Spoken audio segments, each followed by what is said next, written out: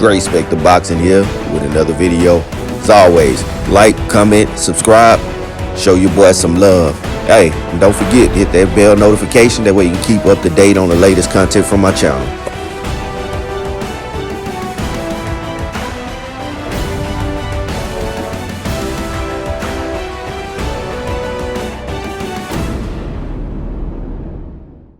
What?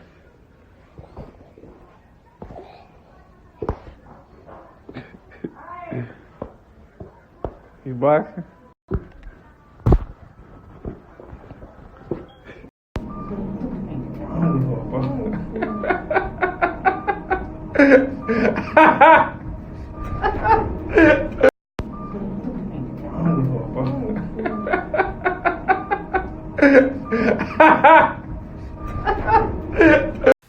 Dre Spec the Boxing here with another video. As always, like, comment, subscribe. Also hit that bell notification if you want to be updated on the latest content that I added to the channel.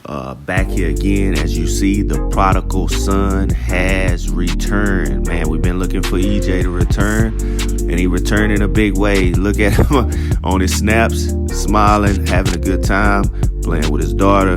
You see the caption, Big EJ. Man is back, and that is a good sign, a really good sign. There's been information coming out this week during the Jermell Charlo versus Tony Harrison fight, saying that EJ is back in the gym.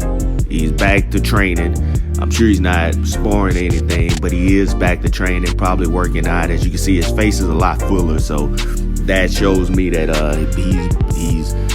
it looks like a lot of fluid on his face. You know what I mean? It doesn't look like he's so much bigger than what he was. It just, I think it's more so fluids, and usually that's from IVs and different things of that nature. Different medicines and stuff make you retain fluids. So that could be a sign of that, and he probably need to drop some of that fluid off so he can look more, a little bit more like himself. It could be still past swelling. I don't know that. I won't speculate so much because I don't know the extent of his injuries, and I won't sit up there and speculate. A lot of people want to speculate. A lot of people, I felt like, were preying on his downfall and not just speculating, but actually throwing an attack, hoping that he wouldn't return, saying, it was reports of him having a cast on his hand, and he was this. Man, it was just so much rhetoric out there, and I don't like to speculate because that's nothing more than a rumor. You starting rumors, you know what I mean? And it's gossip, and I don't do gossip. But I will report a fact. I tell you my analysis, and I tell you my opinions, but I won't gossip. And it's petty as for a lot of these guys seem so pissed off and so pissy when they like one fighter and dislike another that you start to gossip against that fighter. Man, that shit is shitty, man. It's bitch stuff, man. Some of these channels I despise, man. But shout out to Contender Regime Boxing. He said some information I got from his channel. I was on his live stream not that long ago, and he said that Errol Spence is expected to do some type of interview tomorrow at the Jermell Charlo and Jermell Charlo versus Tony Harrison 2 event. I don't know if that's going to be via video, or if he's going to be in studio, or if he's going to be actually at the fight in support. But that's going to be huge to see, in what capacity was he maybe injured, or what capacity is he, what is expected of his return, potential opponents, whether it be Danny Garcia, Manny Pacquiao, or of course everybody wants to see him versus Terrence Crawford. So that's going to be very interesting tomorrow to see if he does an interview, if he give us any information, any updates, how he's actually doing, to what extent was his injury. That may be coming in the coming weeks, but it is good to see him showing his face, because that means that he is going to be returning back to the spotlight.